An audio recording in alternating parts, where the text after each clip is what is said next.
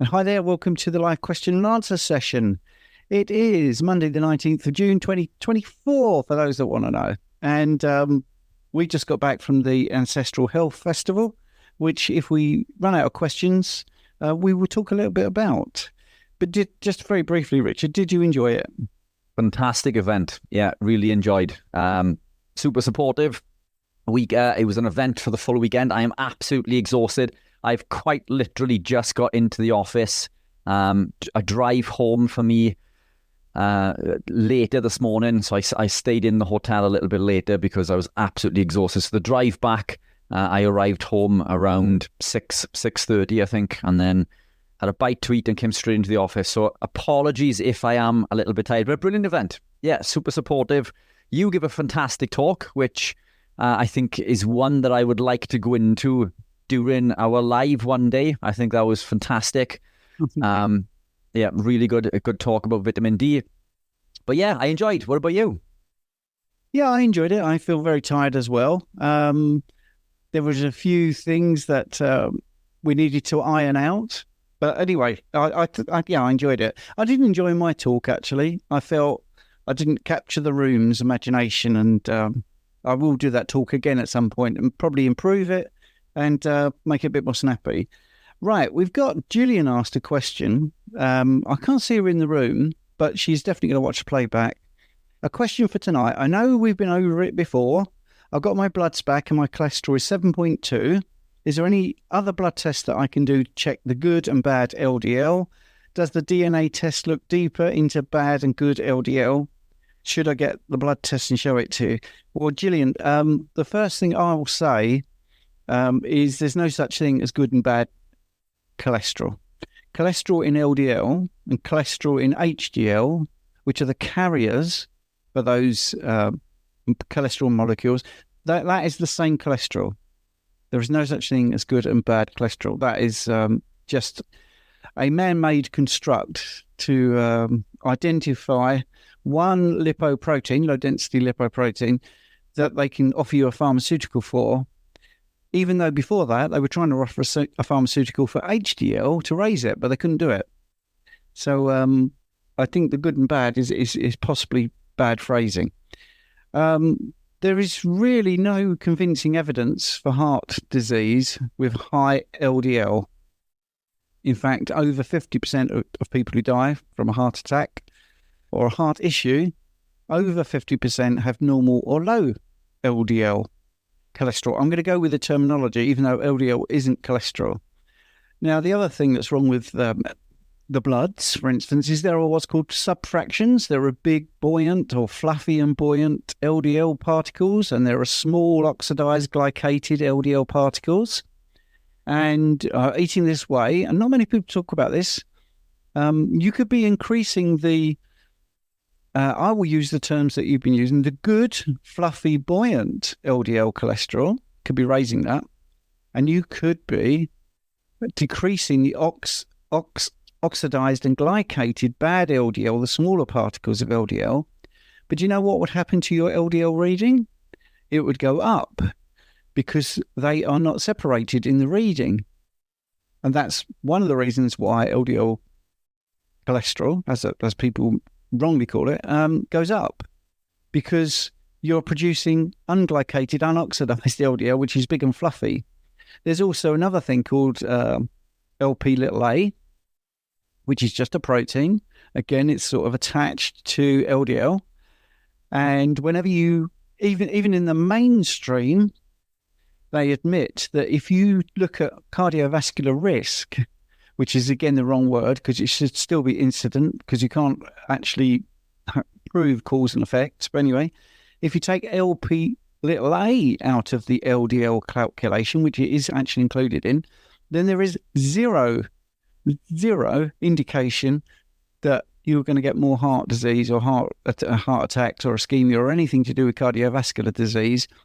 But if you look at Lp(a), there seems to be some sort of association with it. But the jury's still out on that for me as well, by the way. But there is just a myriad of things that are a problem.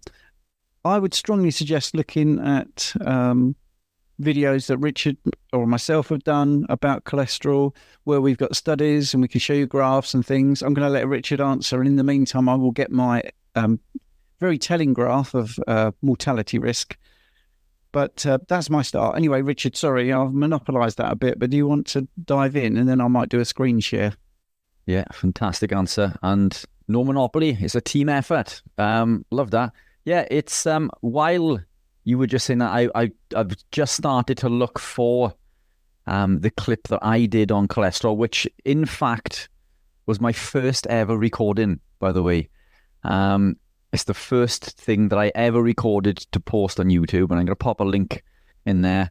That explains a little bit more about cholesterol. But yeah, spot on. The cholesterol is essential for life. We can't live without it. The whole premise that it damages the body is false. It's essential for many things, such as cell formation, cell communication, nutrient absorption, nutrient transportation, the production of hormones, and it's essential for healing. So this is a compound that we can't live without.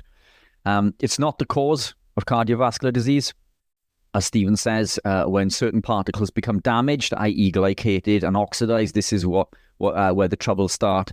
Healthy cholesterol, and as Stephen said, there is no bad cholesterol per se that the body makes. But what happens is when we consume certain compounds like vegetable oils, they lower our natural cholesterol levels. So when we consume these phytosterols, the body sees these as human cholesterol, so it reduces the amount of cholesterol that it puts into circulation because it believes that it has enough. That's how close it looks molecularly. But it's not. It's different. It doesn't carry out the same process. It doesn't carry out the same work. And in fact, it causes damage. Now, I'm going to pop something, which this was in my talk, actually, at the Ancestral Health. I'm going to pop a link in to the Google machine. This is, I've just popped it into the chat. It's a big link. But if you guys want to click on that and take a look, this references a condition called cytosterolemia. Oh, yes. Cytosterolemia is a genetically inherited condition which prevents the sufferer the ability to remove the phytosterols from their system. These compounds that we're told are good for us, that lower our cholesterol, actually increase our risk of cardiovascular disease. And this statement, this condition in black and white will eradicate any misconception that you ever have that these vegetable oils are good for us. Basically, the body tries to remove these compounds because they're so damaging, and if we consume them every day, we'll have around 2% within our body. When we are unable to remove these compounds, they increase, and this is what cytosterolemia is. And cytosterolemia is a condition in which fatty acids from vegetable oils and other plant-based foods accumulate in the bloods, and they lead to early onset cardiovascular disease.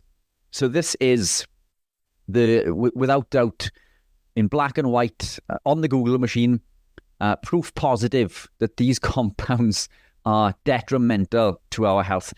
They lower your cholesterol and they increase your risk of cardiovascular disease. It doesn't get any more simple than this, but cholesterol is designed to heal and repair the body. Our cholesterol will go to work when we are under threat. So if we become sick, our LDL becomes lower because LDL is synthesized in order to create compounds to fight off viruses and infections. So when we become ill, our cholesterol, our LDL, overall cholesterol, everything comes down, especially the LDL. LDL is what heals and repairs the body. If we have low cholesterol to begin with and we become ill, we have less of this compound to work with. And this is why I believe many people who are on statins and consume vegetable oils for many years are ill. Very often they're susceptible to viruses and diseases. We all get sick. And one of the things that we hear in the community quite often is, I've been carnivore for 15 years and I've never been unwell. We all become unwell. And it's good. It's good to be hit by viruses and infections to flex these muscles, if you like, within the body's antibodies and the body's a system for fighting off these viruses and infections. This is a good thing. We need to flex these muscles now and again, these systems and processes. But when I become ill, I don't become as sick as I once did. I can still function. I know that I'm not right. And sometimes even I can tell by my blood pressure that I'm unwell, but I'm still functioning at full capacity. So we all become unwell, but cholesterol is the compound that allows us to fight off these viruses and infections. So it's a massive miscommunication. And it's a lie that we've been fed since the 1950s based on falsified research by Ansel Keys and many other institutes along the way. And I know Steve's got a graphic to pop up there. I think it's one by the BMJ that covers... I'll do that now. And I think 68,000 participants, I think it is, isn't it? It is 68,000 participants. Let's just share this screen for a second. It's not professionally done. It's just in a document. But I send this document out to people who request it because there's hundreds of... data points, but anyway, actually millions. But anyway, this is the one that sums it up really. 68,000 participants looking at the 5 years span, no, 15 years, sorry. So here we go. Right. Now, this is the risk or the chances of dying compared to your levels of LDL cholesterol. And the reason it starts at 1 is it's still 1 death per person, right? So no one here, I know Rich said we all get ill. I haven't been ill for 10 years, by the way, but I think underlying things get fixed before I realise I've had an infection. I think just to clear up what you were saying there, I feel, yeah, I get infections, but I don't actually come down with it. I think it's just fixed, whereas I used to get 4 or 5 colds a year and everything. Used to. Anyway, right. So it's still 1 death per person. I went off the subject there, did a Richard. And the more cholesterol you've got in your bloodstream, this bold red line shows you your mortality risk. This is what's called hard endpoints. This is not wishy-washy. This is people that actually died. I know there's more nuance to it, but this does sum up. Here, you see, where it's very low levels of LDL cholesterol, you're much more likely to die. And as your LDL cholesterol, as we're calling it, although you shouldn't really, increases, when you get to about 120 milligrams per deciliter, that's about the sweet spot. And as it increases, your chances of dying are still much, much less than when you're on low cholesterol. Believe it or not, the 120, I know that's the American number, is the target to get under with pharmaceuticals. The dotted lines, if for those that are interested, is what's called the confidence interval. And what it's saying is it could be even worse, it could be slightly better. Now, it goes under the 1 here. What's that? How can that happen when it's still 1 death per person? Well, this is just looking at the stats. So this shows that the stats can actually lie because there's no way you can avoid dying. But what it's showing with the figures, there is a potential to possibly see a protective element to high levels of LDL cholesterol. That's what that big confidence ratio shows. Obviously, it's bigger on the other side as well, but doesn't happen at all on the other side. So there's a chance that you'll live longer if you have higher LDL cholesterol, and there's a chance that actually high LDL cholesterol is protective. And that's exactly what the study said. It said if you have high cholesterol, it appears you are likely to live longer than those with low cholesterol. This whole document, which I have sent out hundreds of times, has many other studies, and it just says the same thing. And it also talks about why HDL cholesterol and triglycerides, the ratio in between those, or between those, I should say, sorry, misspoke there, is a much better indicator of cardiovascular risk. Now, the other thing is we shouldn't really say risk because we can't actually prove cause and effect because there's confounders. Well, what does that mean? Well, if someone starts to take care of their health, well, what is a confounder? Well, they might say, well, I'm going to exercise as well, and I'm going to stop drinking, and I won't smoke as much, and I'm going to get outdoors. People that decide to get healthy do healthy things other than look at their diet. So we couldn't say that the carnivore diet causes all these great things, because if you've gone carnivore, firstly, you're very open-minded, which is always going to be a good thing. Your positivity in the way you think, your cognitive function is obviously top-notch. And I'm not being facetious. I think anyone that is open-minded is showing some positive signs. Secondly, I don't think anyone goes carnivore and says, you know what, I'm going to smoke more as well, and I'm going to drink more. They just don't go together, those sort of thoughts. So when you go carnivore, you also cut out things that are bad for you. And that could even be just simple things like Diet Coke, for instance. I had somebody cut out 2 cans of Diet Coke a day for 6 months, and they lost 27 pounds just by doing that, and everything else was great with what they were eating. So that's the thing I was going to share. We will go on to the next question, if that's all right with you, Richard. Fire away. Right, okay. Just to tie that up really quickly, as you say, the ratio that you mentioned to check is the triglyceride to HDL ratio. So you take your triglycerides, you divide it by the HDL, and that will give you a figure. The lower that number, the better. 1.5 or less is good. Anything below 1 is fantastic. Many people on carnivore report 0.5 or lower, which is even better. But again, it's just data, isn't it? Yeah, it's just data. So in essence, basically, triglycerides need to be lower than HDL. That's the bottom line. All right, Lisa Bean, thank you for your continued support and questions. It's always nice to have questions. Don't be shy, people. We like questions. That's the whole point of having this hour. If a bacon shows 0 carbohydrates and sugars in its breakdown of nutrients, but under its ingredients it shows that it was cured in sugar, is this okay for a carnivore to consume?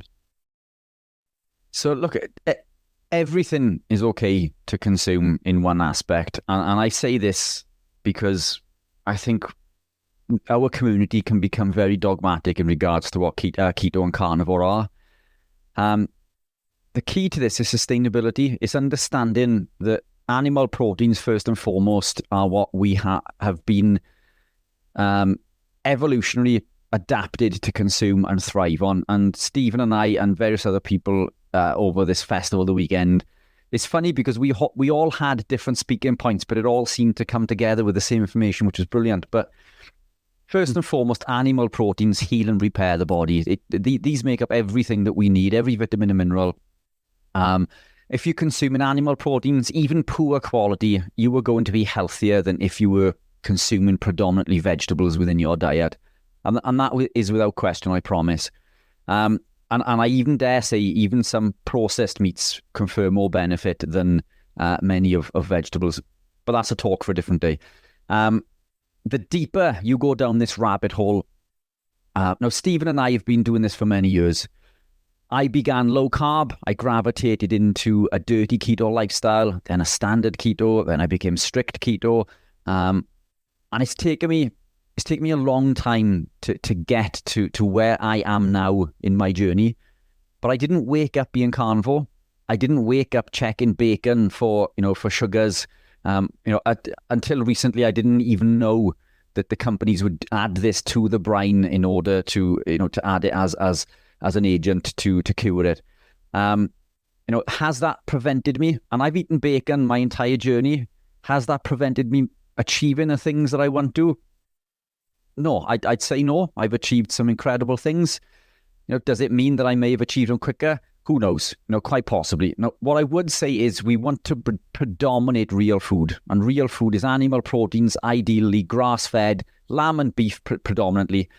If we can do that, then we can afford to put in the odd piece of bacon that may contain a compound that doesn't or shouldn't be in the body. And this is the same with chicken. Many chickens are not fed grass, they're grain fed, but again, they still confer a benefit with a vitamin and mineral ratio. They still confer a benefit with a collagen properties, so on and so forth. I eat chicken maybe once a week. I eat pork maybe once a week. Every other day, it's beef and lamb. I'm not going to worry about the compounds that are found within the bacon that I buy if I'm struggling to find it from my butcher, which is where I get all of my stuff from. Now, my butcher feeds his pigs the offcuts of all the fruits and veg. So that pig is highly nutrient dense. He doesn't cure with sugar. So I know that I'm on a winner. But if I'm out, i.e. we've just been away this weekend, sometimes you're in a situation where you're unsure where the bacon came from. I'm not going to worry too much. I'll make sure that it's not cooked in vegetable oil, which I do all the time. I make sure they don't add any pepper or seasoning because pepper doesn't work very well for me. Beyond that, I'm not too bothered about the minuscule amount of sugar that is in there. That said, we want to be looking for these things. We want to be as fit and as healthy as we can. We want to be as strict as we can when we can. But I certainly wouldn't get hung up over the odd piece of bacon that you may only find in Lidl when you can't get it from a butcher who doesn't feed his cattle grains. This is all about the rule and not the exception. If you can consume highly nutrient-dense compounds for 30 out of 31 days in the month, then our bodies have the ability to deal with these toxins. And I'll give you an example. Sarah Pugh mentioned yesterday in regards to all of these things that we try to remove. And I think the talk was on microplastics. And the question was from the audience, should we worry about the microplastics in some of the compounds that are wrapped in plastic and some of the salts, for example, that are found in the sea that may have microplastics? And yes, you should gravitate around these as and when, but you're always going to get compounds within our food. Even with the best will in the world, we are going to find compounds such as microplastics within our meats. These toxins are in the air, they're in the atmosphere. We breathe them in every day. We can't avoid these things. Our body has to be able to deal with them. But being ketogenic and carnivore allows us to do this. So when we do consume a compound that shouldn't be there, we have the ability to remove it and detox it without any problem. So I wouldn't be hung up over, I personally, in short. In short, yes. I've actually got the studies, by the way. I've just put them on the website. I can do a proper PDF as well, but I put some rudimentary facts and figures on the website, and I'll put a link in the chat in a second. Right. So I jumped ahead there because I was just checking to see if we had any questions. So that's Lisa's one, and then we've got. What are your thoughts, Steve? Have you got any thoughts on that? No, I have, but let's move on because we've got tons of questions, if you don't mind. But I think you're right. Brilliantly covered. Alex is saying, thoughts on fat fasting and the best way to approach it. What would be the merits of exogenous ketones over MCT oil? Should they be used for different outcomes? And i.e. ketones as pre-workout. So I think that's two questions in one. So we could break that into, what are your thoughts on fat fasting and the best way to approach it? And the second question is, what would the merits be of exogenous ketones over MCT oil? Should they be used for different outcomes, i.e. ketones as a pre-workout? Fantastic. You hit the first one and I'll go for the second. How does that sound? Yeah, that's all right. Okay, so fat fasting. What is it? Exactly how it sounds. You eat fat predominantly rather than proteins and carbohydrates, and you can eat a fair amount of fat. And what's the best way? What's my thoughts on it? I think it's very good. It's effective. I've used it. I've had a 3-day fat fast where I had whipped tallow and I had fat that I got free from the butchers, just offcuts, put them in the air fryer, made them all nice and crisp. So I had like these crisps made out of, well, actually chips made out of fat, and I had whipped tallow, and then I had butter bites, and oh, wow, all these things. I actually have a big section on my meal plan where people can fat fast, and it's fabulous. I think it's really good. There's many different things about it that are good. I suppose it is a very good hack to get into ketosis very quick, which is it's a drastically quick step compared to if you're just doing your normal sort of 3 meals a day or even 2 meals a day. For me, it was rapid weight loss as well, which people find very difficult to understand. But there is so little insulin floating around your body, your fat burning or your fat oxidation just goes into overdrive. Certainly don't feel hungry. I think one of the offshoots of fat fasting is it stops the craving, because it's very difficult to want to eat when you've had quite a lot of fat. Fat is very satiating. And I think one of the unknown or underestimated benefits of fat fasting is the improvement in insulin sensitivity. It's just giving your GLUT4 receptors such a day off. It's giving your insulin a day off or 3 days off. And fat, I can't remember Richard's exact figures, but he was talking about a very lean athlete, how much fat they've stored, and so therefore how much energy they can utilize. I hate the word calories, but we all understand it. compared to a lean athlete that is carbohydrate based. And I think it's something like 10 times the amount of energy. So you're not going to feel sluggish. You're going to feel energized, and it's just a brilliant thing to try. I wouldn't go straight in and do 3 days like I did. If you've never done it before, I would give it a day. Like I say, I've got some recipes that I think are really good. The whipped tallow with the fat chips is pretty nice, but you don't have to do that. Some people do these brown butter bites, and there's other ways of doing it as well. But yeah, I think it's pretty good. Fantastic. Awesome stuff. Ketones versus MCT. So ultimately, they're going to do similar things. The MCT eventually is going to break down into ketones. So when we consume the MCT in the form of caprylic acid or C8, this is sent straight to the liver through the hepatic portal vein. So it skips the normal digestive process. It's not absorbed through the small intestine, and it goes straight to the liver where it's converted into ketones. Now, the beauty of this is that ketones supply energy, but ketones do not store in the body. So whatever you do not use, you do not store. So this is fantastic. We can flood our body with these compounds, have lots of energy, and they will prevent us from gaining any weight, if you like, from that energy, because it's not going to store. Now, that said, if you're going to use these in conjunction with eating a meal, then the meal that you are eating will store, because your body has all of the energy requirements that it needs. So therefore, any excess is going to store. So this is why, ideally, you don't want to consume MCT or BHB for that matter around a mealtime. Ideally, you want to use either 2 hours before or after. It's not to say that you can't. Some people do like to cook in MCT. I don't think it's the best way to consume it. It's a very expensive way to consume the MCT. If you are consuming the oil, you can add it to coffee. If you are drinking it, you can add it to any beverage for that matter, or you can just drink it off the spoon. Now, the beauty of the MCT over the exogenous ketones is that it's highly antimicrobial, so it'll fight off viruses and infections in the form of candida and other stomach problems that we've mentioned previously. There's a number of them we went through a couple of weeks ago, Stephen, isn't it? But it feeds the gut microbes, so it allows and increases the alpha diversity in the gut, so it's incredibly good for gut health. It has been shown to help with insulin sensitivity.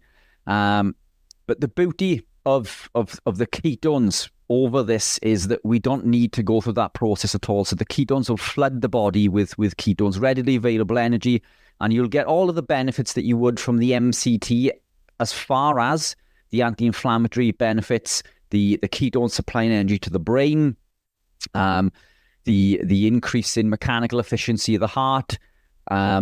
The brain, the body, and the heart love ketones, and they will preference these over glucose when given the chance. Ketones will take oxidative priority. So for mental clarity, for the lives, the speaking events, for example, I use both because they do work synergistically together. The ketones are at least three times more powerful than the MCT. But what the MCT does that the ketones do not are the benefits of the gut and fighting candida and SIBO and so on and so forth. So ultimately, on many, many different levels, they do the same thing, but the oil is still a fat. It still goes through the body, and it does confer some benefits that you wouldn't get from the MCT. And how many times did I use it? I didn't use it as often as I thought I would yesterday, Steve. No, maybe 3. You used it once. I think you used it once, really. But yeah. So yeah, look. Sorry, Steve, go on. No, you carry on. So both fantastic. It's MCT. It is brilliant. It's bar the anti-inflammatory purposes and the mechanical efficiency of the heart and the brain benefits. The oil is only different in regards to its ability to fight off candida and increase the biodiversity of the gut and fight off SIBO and so on and so forth. Although the anti-inflammatory properties of the exogenous ketones could also do this. But the ketones, when you consume them, will shut off your ketone production. Because you're flooding your body with ketones, they will close the doors and they will prevent your body from burning fat. The MCT does not do this. It just upregulates fat burning. But that said, it doesn't mean that it's a magic elixir. It doesn't mean that you're going to consume some and lose lots and lots of weight. But at a molecular level, at a cellular level, this is what it does. It increases fat burning, beta oxidation. So it will help and contribute to weight management and weight loss. As Stephen said, the fat is it's very satisfying. It blunts cravings. It blocks certain pathways within the body that make us feel hungry, for example. And it elicits responses from things like leptin and CCK and BDH. All of these are incredible tools for inhibitory control, so that they help blunt cravings and make us feel full. But the MCT does not switch off that fat burning initially. The BHB does. You can tell it's long in the day. Apologies. The BHB does. But as the BHB comes out of the system, it then signals the body to ramp up fat burning. So even though it turns off fat burning initially, it does upregulate it once that compound comes out of the system. And that is very important. So they're similar products. They do very similar things, and there is a crossover. But to consume both is beneficial, because when you consume the MCT in conjunction with the BHB, the fat burning is not switched off. So this is why many of the attendees yesterday were asking what I was consuming. So I had a bottle. I had the exogenous ketones, the raspberry bomb in there with MCT. So I use both. So I will get the big kick, the initial kick from the BHB, and the long sustained energy from the MCT. That's what I use before a big event if I'm competing, and that's what I would use before a long run, for example, if I'm planning to run half a marathon. The ketones as a pre-workout would be better because they're faster acting. Although MCT has been used for many, many years in the bodybuilder world as a pre-workout. So it's very much a muchness on what works for you. But ketones may be preferenced, as you say, for a pre-workout, and the MCT would be used for longer use. Excellent. I think Lucy or Josh has actually edited this, because it did originally say that Lucy had Meniere's disease, but which I think is true. I don't think I misread that. But anyway, from Lucy, I have tinnitus at the moment apart from carnivore. Do you have any other advice that could help? And from Josh, Stephen, have you had your vitamin D levels done yet? I'm getting mine done from that company you recommended. Thank you for the code before I start the Jeff T. Bowles protocol. Well, I'll answer the second one first because that's very personal. No, I haven't done the vitamin D test because I couldn't. I wanted to do my presentation yesterday on vitamin D and then start. Maybe like in 6 weeks' time, I will do the vitamin D test and tell you what's happened to my levels. From Lucy, it's the tinnitus. So if it is Meniere's, you're asking, is there anything you can do? Well, yes, if you have got Meniere's disease, then I would say there's a thing called the Epley maneuver, which you can do if you're a chiropractor or an osteopath, and I think some medical doctors can do it as well. And that's very handy because the vestibular channels in your ear, if you get vertigo or dizziness or the feeling of spinning, there are 3 semicircular channels in your inner ear, and basically they're filled with fluid, and when you move, because they're fluid filled, they tell your head and the rest of your body, your brain, however you want to word it, where you are in time and space, whether you're sort of moving quickly with velocity. So for instance, that's why people get dizzy if they're in a car that's lurching forwards or going too fast in reverse. It's not very good on your vestibular canals. You can just have an infection, a virus, whatever, and you can start having these problems. The Epley maneuver, and I don't want to get all woo-woo here, but you get crystals form in those canals, and you can find that they get lodged in places where they shouldn't be, because the whole idea of these fluids is to move everything around to give this feedback. So when you do the Epley maneuver, it resets that. You're moving the head in a particular way with a particular tempo, and you can see instant resolution of these problems, especially vertigo. That doesn't necessarily fix the tinnitus or tinnitus if you're in America, but it would definitely help with things like vertigo and dizziness if you're getting that. Yesterday, when we was at the festival, because I used to do face-to-face rehab, just So, it was very interesting because a few people grabbed me and said, I've got a bad back, I've got a bad neck, I've got bad knees, such and such. If you think a lot of what I say, well, this can't be true, because I've actually fixed vertigo with people.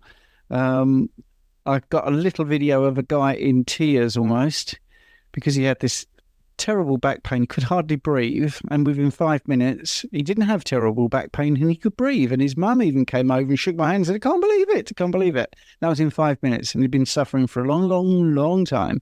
Another guy with meniscus problems with his knees, couldn't believe it, though within 20 minutes, he'd got much more movement in his knees. Some bloke that was doing a presentation there wanted his neck helped. So we did that, clicked his neck in the right position.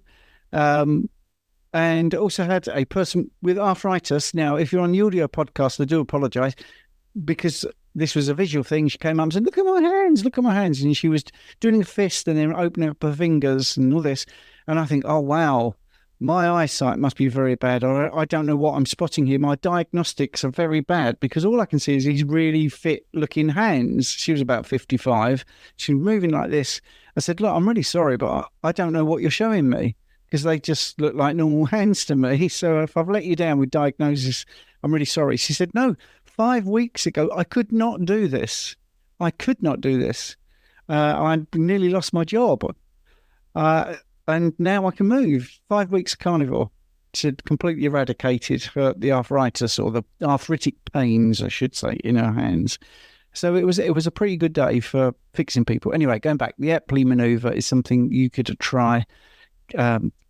That there is a test to see if you need the Epley manoeuvre, but 9 times out of 10 you do, and it will get rid of that. For tinnitus, this way of eating does definitely get it to go, but it doesn't go instantly, and you can have it come back with vengeance if certain things happen to you. I actually had an epiphany in a field when I said to my wife, don't forget I wear hearing aids, by the way, lip read, and I've severely bad hearing. I said, can you hear that? And she said, no, well, what is it? I said, silence. I've got no tinnitus. It's completely gone. And that was amazing. That was absolutely amazing. I'm 60 now, and I've started at 23 with hearing aids. So that's a long time to have noises in your ears. And it's taken 10 years of low carb, keto, and carnivore to get to that point, which is pretty interesting. Anything else you can do is, you could look at the mainstream, but I don't agree with any of the mainstream advice for this at all.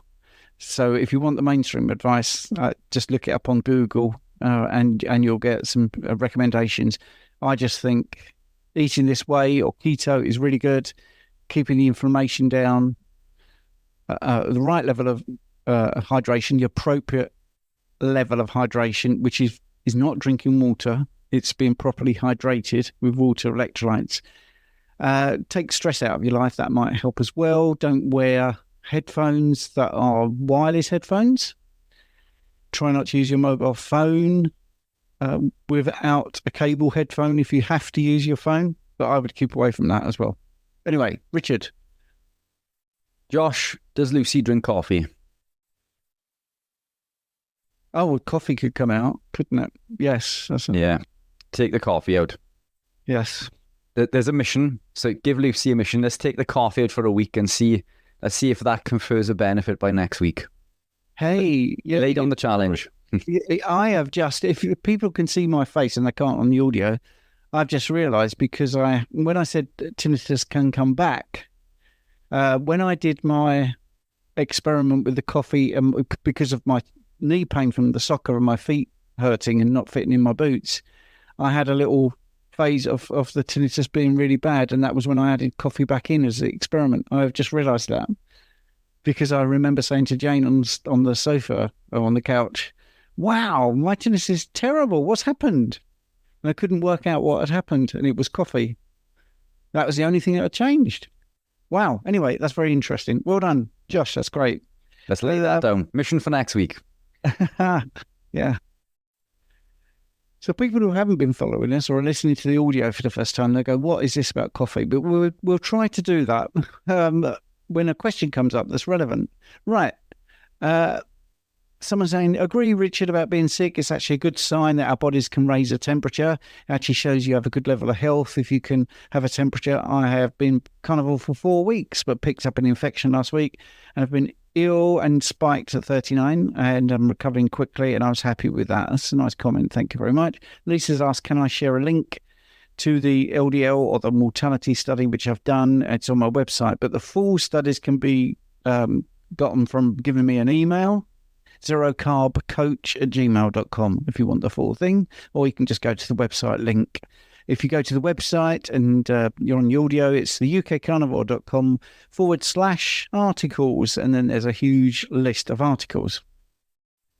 Right, next question. Would you recommend any particular tests while doing carnivore? Any bloods or Dutch tests for hormones for a woman during menopause? You can do any test. By the way, if you go to the website I just mentioned, I have a whole section in the articles on what blood tests to get, so that I could just say that and go there. But let's do a verbal answer as well. It depends what you're worried about. Obviously, if you're worried about the hormones during menopause, then you want all the things. You want a menopausal panel or a CMP, Dutch test, however you want to word it, 14-point test, which will do all the hormones that are related to menopause. I would make sure that you understand that you need to fast for at least 8 hours. I would recommend 12 hours of fasting.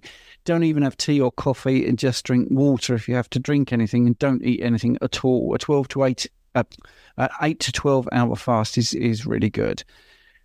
If you are worried about other things, a well woman test, which is about 150 different biomarkers, will be really handy to do. If you're worried about blood glucose, then you want all the typical ones, which is fasted insulin, fasted glucose, HbA1c, and C-peptide. If you're worried about thyroid, I would recommend a full thyroid panel. Today I did a coaching session, and it was absolutely imperative that we had reverse T3, because it explained absolutely everything. Most people don't do reverse T3. So that's free T3, free T4. You've got TSH, antibodies, TPO and TG antibodies, who are very good. But if you're going to do thyroid, I would also do zinc levels if you can, and selenium as well. That would be really handy. Right. Matthew is just pointing out that he saw lamb bacon in Sainsbury's the other day. Have you eaten lamb bacon before? Me, not to my knowledge, but there's not much that I won't eat. So if it were in front of me, then I'm sure that I would. Yeah, I think possibly it's just the way it's cut, so it looks like rashers of bacon. Lisa is saying, how can a person fat fast without getting diarrhea? You have to be fat adapted. This is why I did the caveat, don't do 3 days straight away. Make sure you're fat adapted. Just do a day of it and you should be fine. Will just eat carnivore fix leaky gut? Oh, we've got an expert in the house. Richard. Leaky gut. So this was something I covered yesterday, actually, really briefly. So yes, leaky gut or intestinal permeability is caused when a molecule called zonulin is released. When zonulin is released from the gut, it causes a gap to appear between the epithelial cells that line the gut. This release is caused by a number of compounds, alcohol being one. Others that can potentially cause damage are things like casein. Casein only tends to do this if you already have some form of permeability. The biggest offending contributor or compound is a compound called lectins in the form of gluten or wheat germ-agglutinin or phytohemagglutinin. Wheat germ-agglutinin is also found in compounds or foods, or non-food, shall we say, that are gluten-free. So even someone who has a gluten intolerance can still suffer with intestinal permeability if they are consuming gluten-free produce, because they will still contain wheat germ-agglutinin and many but in fact most vegetables contain phytohemagglutinin. So these compounds, these lectins, when they come into the system, they bind to the epithelial cells on the enterocytes lining the gut. So they've come in, they'll bind to these cells, and they'll signal the release of zonulin, and this will cause a gap to appear, which is leaky gut, which leads to autoimmune issues, because this will lead to undigested proteins traveling into the bloodstream where they shouldn't be, and the body then creates antibodies to fight them because they shouldn't be there. And then through a process of molecular mimicry, the body then starts attacking other proteins that look the same. So anyone you know who suffers with an autoimmune issue, it comes from intestinal permeability or leaky gut. And in most people, it comes from the grains that they consume. Now, vegetables in the form of phytohemagglutinin do cause less of an issue than wheat germ agglutinin. But certain vegetables, such as bell peppers and tomatoes, do cause high levels of intestinal permeability, nightshades in general, and there are others, onions. So if you are living a ketogenic lifestyle, you can still suffer with intestinal permeability if you are consuming some of those compounds. So in short, can a carnivore lifestyle or diet help reverse this? Yes, for sure. If we remove the offending compound, which is the lectins in most cases, then the gut will heal and repair, and then our leaky gut or intestinal permeability will go away. Again, alcohol is a big contributor. So alcohol would be one to be preferenced to be removed. But I should imagine that if you are living the lifestyle, then you are either heavily reducing or have already removed the alcohol. Casein, which is found in cheese and other dairy, like even E2 milks, they can cause problems, but they only seem to cause issues, as I said earlier, in someone who already has intestinal permeability. If you are living a carnivore lifestyle, then many seem to thrive with consuming E2 products. Our good friend Podrick, who was also at the festival of the weekend, used to be a big advocate of E2 milk, used to consume it every day, and then he noticed over time that he started to have gastro distress and intestinal problems, and now he only consumes it once a week or once every few weeks, as and when he feels that he wants that compound. But once you heal the gut, your gut strengthens, and it becomes incredibly difficult to cause these problems if you are not consuming those lectins or alcohol, for example. Great, Richard. A really weird thing's happened. I was thinking, wow, Matthew doesn't ask questions anymore. Have we scared him off with our knowledge? And he's asked a question. Literally, as I noticed, he hadn't asked a question tonight. So Matthew's question is, maltodextrin in healthcare skin products, is it just as bad as eating it? And this will be the last question for tonight, ladies and gentlemen. Yeah, fantastic question. So with a laughing face. Look, it's in an ideal world, if we don't eat it, it should not go on our skin. Now, that said, there are caveats to this. Whatever we put on the skin, many compounds can be absorbed. So if we don't consume maltodextrin orally, then ideally we don't want it on our skin. I don't think it's going to cause as much problems if we are ingesting it. So if it is in a compound that you are putting on topically, I think the damage is going to be a lot less. But ideally, we want to remove these compounds. Many skincare products, and take a look at your bathroom, take a look at your skincare products. Everybody uses them. We all use them. I use skincare products. I use tallow, just pure tallow. This is what I put on my skin. You look at your hand cream or your moisturizer, look at the list of ingredients on there. Beyond water, the next highest is probably some form of seed oil or vegetable oil. These compounds are not good for us. We don't want to be putting these compounds on our skin. We want to be consuming natural compounds, and vegetable oils are not natural. And this is something else that I covered in the talk yesterday. These vegetable oils don't come from vegetables. They come from seeds, and they are really difficult to extract. So they're treated with toxic chemicals like hexane, which is a known carcinogen. This is what allows us to remove the oil, and it comes out a very dark grey colour. It's incredibly smelly. So they bleach it. They bleach it with peroxide. That's what gives the vegetable oil in the store that golden colour. A healthy golden colour is peroxide hair dye. Now, these are two compounds that are detrimental for human health. They're two compounds that shouldn't be in the human diet. And these seed oils, they're not naturally made in nature. They're man-made, and they are detrimental to our health. If we don't consume, we make such an effort not to consume this compound, we shouldn't be putting it onto our skin. Maltodextrin, it's a type of sugar. In fact, it's higher on the glycemic index than sugar. Is it going to cause as much problems on the skin? I don't think so. But that said, why put it on in the first place? Yeah. Now I'm gonna end with something that I'm going to do a screen share, and I'm sorry to the people with the audio podcast, but so I will also read it out so you know what it is. But from a coaching call I did where we're looking at reversing kidney disease, which you probably know I have a fair few success stories on my YouTube channel.